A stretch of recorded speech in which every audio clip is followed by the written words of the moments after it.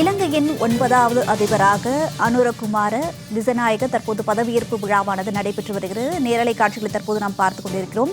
இதுகுறித்து நம்முடன் பேசுவதற்காக அரசியல் ஆலோசகர் திரு டாக்டர் செந்தில்குமார் இணைப்பில் இருக்கிறார். அவரிடம் தொடர்ந்து பேசலாம். வணக்கம் சார். தற்போது இவர் பதவியேற்றுக் கொண்டிருக்கிறார். இவர் பதவியேற்பதன் மூலமாக இந்தியாவுடனான நல்லுறவு எப்படி இருக்கும், என்ன நம்ம எதிர்பார்க்கலாம், இது குறித்த விவரங்களை பதிவிடுங்க சார். இந்தியாவுக்கும் இலங்கைக்கும் உண்டான உறவுகள் அதிகமாக இந்த உறவுமுறை அலசி ஆராய்ந்த இன்டர்நேஷனல் ஸ்காலர்ஸ் எல்லாமே கொஞ்சம் லெஃப்டிஸ்ட் மார்க்சிஸ்ட் லீனிங் இருக்கிறதுனால கண்டிப்பாக ஒரு நல்ல ஒரு உறவுமுறையை நீட்டிப்பாங்க அப்படின்னு சொல்லிட்டு எதிர்பார்க்கப்படுகிறது. ஜவஹர்லால் நேரு காலகட்டத்திலிருந்து இந்திரா காந்தி காலகட்டத்தில் எல்லா காலகட்டத்திலுமே காங்கிரஸ் கட்சி இந்தியாவை ஆண்டு வந்தபோது ஒரு நல்ல விதமான உறவுமுறை வந்திருக்கு. இடையில உங்களுக்கு எல்டிடி தமிழர்களுடைய இயக்கம், விடுதலை இயக்கம் அப்படின்னு சொல்லிட்டு வர்றப்ப அந்த ஒரு மிகப்பெரிய சர்ச்சையாக உருவெடுத்தது. அது 2009க்கு பின்பாக அந்த சர்ச்சையும் நீக்கப்பெற்றது. ரிலேஷன்ஷிப் உறவுமுறை என்று பார்க்கின்ற போது இது எப்படி பாதிக்கப்பட்டது என்பதை சற்று நம்ம சிந்தித்து பார்க்க வேண்டும். சைனாவுடைய இன்டர்வென்ஷன், அதனுடைய இடையூறு இருந்ததுனால தான் கண்டிப்பாக இந்தியாவுக்கும் இலங்கைக்கும் உள்ள உறவுமுறை பாதிக்கப்பட்டது அப்படின்னு சொல்லிட்டு நிறைய இபிடபிள்யூ போன்ற கட்டுரையாளர்கள்லாம் நிறைய கட்டுரைகள் அவங்க தெரிவிச்சிருக்காங்க.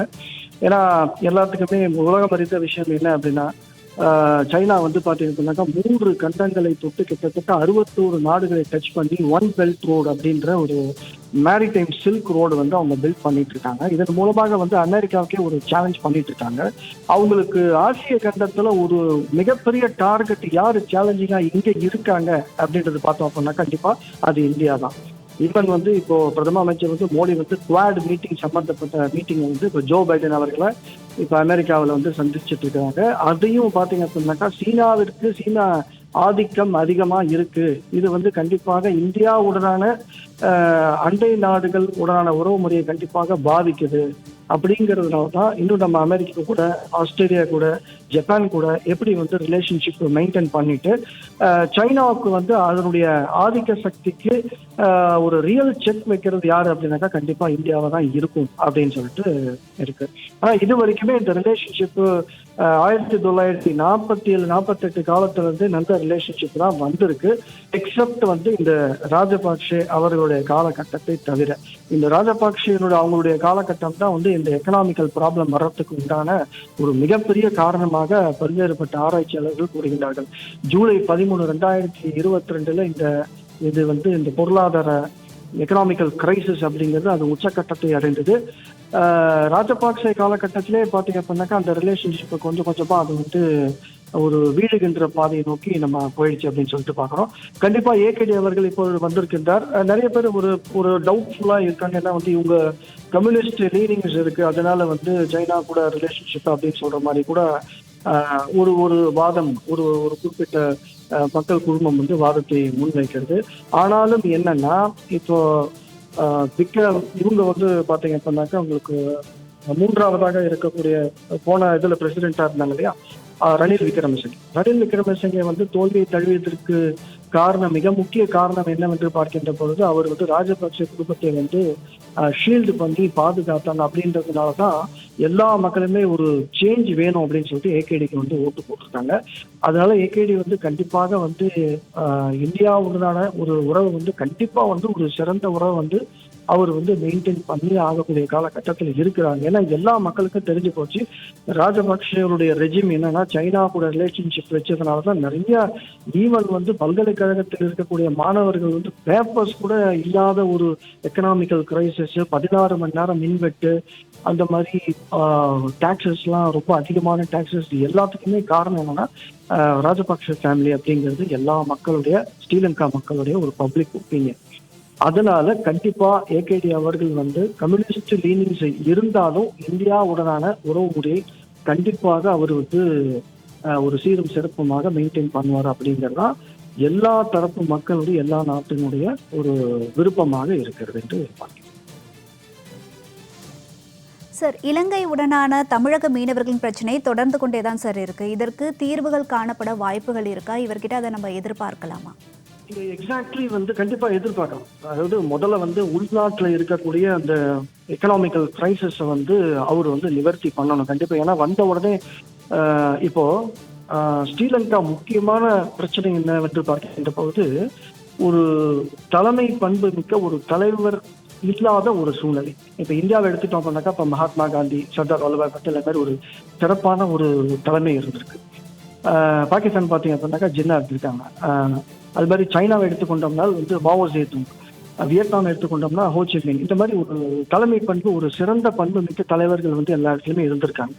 அதாவது தலைமை என்று பார்க்கின்ற பொழுது ஒரு சுயநலன் இல்லாத ஒரு தலைமை அப்படி என்று பார்க்கின்ற போது 1948 ஸ்ரீலங்கா பிரிட்டன்ல இருந்து சுதந்திரம் வாங்கிய பிறகு இது நாள் வரைக்கும் 2024 ஸ்ரீலங்கால ஒரு சிறந்த தலைவர் அப்படின்னு சொல்றதுக்கு எதுவுமே யாரையுமே நம்ம காட்ட முடியாது. ஏன்னா எல்டிடி தொடர்பான பிரச்சனை, தமிழர்கள் விடுதலை சம்பந்தப்பட்ட பிரச்சனைகள் ஒரு பக்கம், மனித உரிமைகள் சம்பந்தப்பட்ட பிரச்சனைகள் ஒரு பக்கம், ஐக்கிய நாட்டு சபையினுடைய இன்டர்வென்ஷன் ப்ராசஸ், நார்வே சம்பந்தப்பட்ட ஒரு மீடியேஷன் ப்ராசஸ், இது எல்லாமே இருந்தாலும் ஒரு சிறந்த தலைவர் ஸ்ரீலங்காவில் அப்படிங்கிறது இல்லாததாக இருக்கிறது. இப்போ இந்த கச்சத்தீவு சம்பந்தப்பட்ட பிரச்சனை, இந்த மீனவர்கள் தொடர்பான பிரச்சனைகள் என்று பார்க்கின்ற பொழுது சரியான ஃப்ரான்டையர்ஸ் அப்படின்னு சொல்லுவாங்க. இந்தியாவுக்கும் ஸ்ரீலங்காவுக்கும் பார்த்தீங்க அப்படின்னாக்கா ஒரு கடல் எல்லை அப்படிங்கிறது, இப்போ மீனவர்கள் பார்த்தீங்கன்னா அந்த பக்கத்தில் இருக்கக்கூடிய மீனவர்களும் சரி, இந்த பக்கத்தில் இருக்கக்கூடிய மீனவர்களும் கொஞ்சம் தாண்டி தான் எல்லையை தாண்டி தான் மீன் எங்கே இருக்கும் அந்த மாதிரி இடத்துல பிடிக்கக்கூடிய.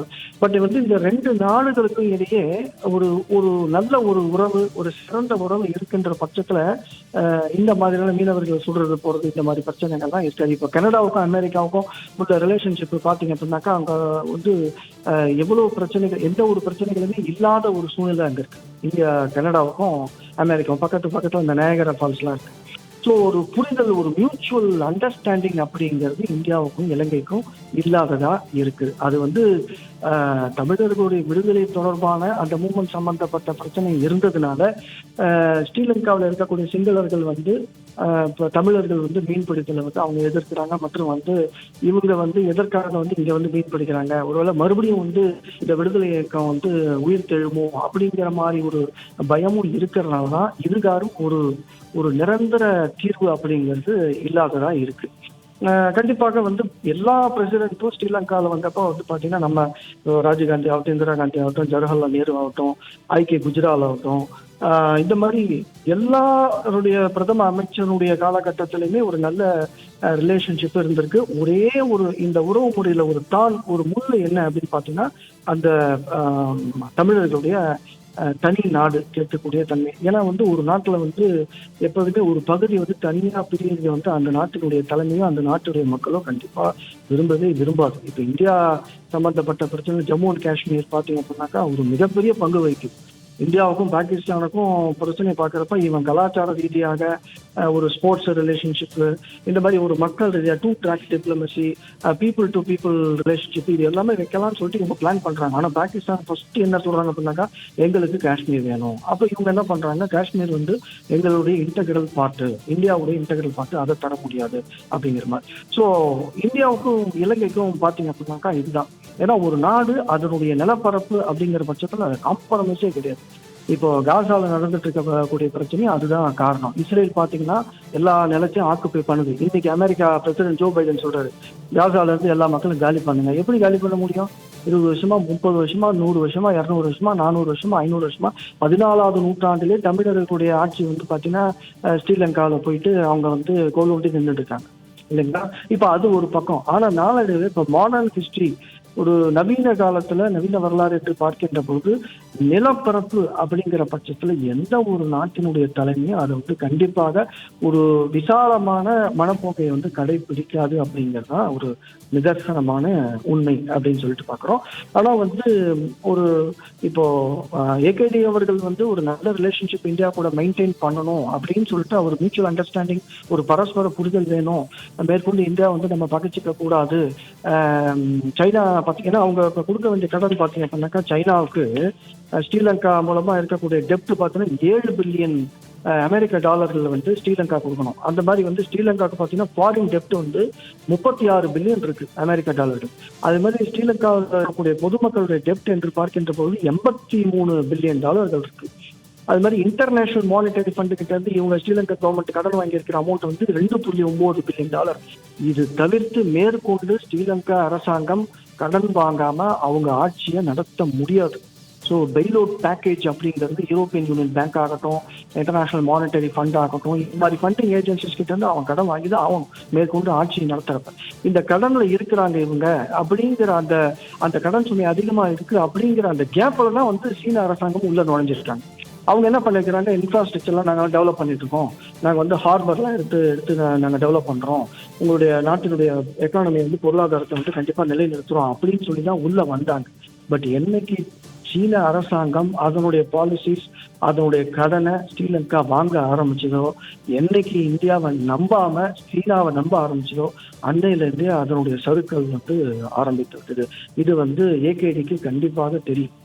ஏன்னா வந்து ஒரு பெரிய பணக்கார குடும்பத்துல இருந்து ஏகேடி வரல, ஒரு சாதாரண ஒரு குடும்பத்துல இருந்து தான் வந்திருக்கிறாங்க. ஸோ கண்டிப்பா இந்தியா எந்த அளவுக்கு பண்ணிருக்கு, இந்தியா இலங்கை சம்பந்தப்பட்ட பிரச்சனை, ஒரு அமெரிக்காக்கும் படை சம்பந்தப்பட்ட பிரச்சனை சைனா அனுப்பலையே.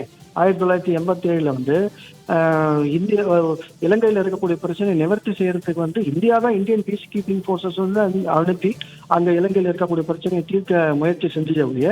அவன் வந்து சைனாவில் வந்து அந்த டைம்ல கேட்கல. சைனா கிட்ட நீங்க கேட்டிருந்து அவன் வந்து அனுப்பியிருக்கவும் மாட்டான் அந்த காலகட்டத்தில். ஸோ இந்தியா வந்து நிறைய இலங்கைக்கு செஞ்சிருக்கு. இந்த எல்லா விஷயத்தையுமே இன்க்ளூடிங் கச்சத்தீவு உட்பட அப்படியே வந்து பார்த்தீங்க அப்படின்னாக்கா கொடுக்கப்பட்டது அந்த நிலத்தை. அது கொடுத்துருக்க கூடாது. ஆனால் இப்போ இந்த மாதிரி வந்து நிறைய நல்ல விஷயங்கள் நடந்திருக்கிறதுனால ஏகேடி அவர்கள் வந்து இந்தியாவுடனான ரிலேஷன்ஷிப்பை கண்டிப்பாக ஒரு மேம்பட்டு நிலைநிறுத்த வேண்டும் அப்படிங்கிறது நிறைய எதிர்பார்க்கப்படுகிறது.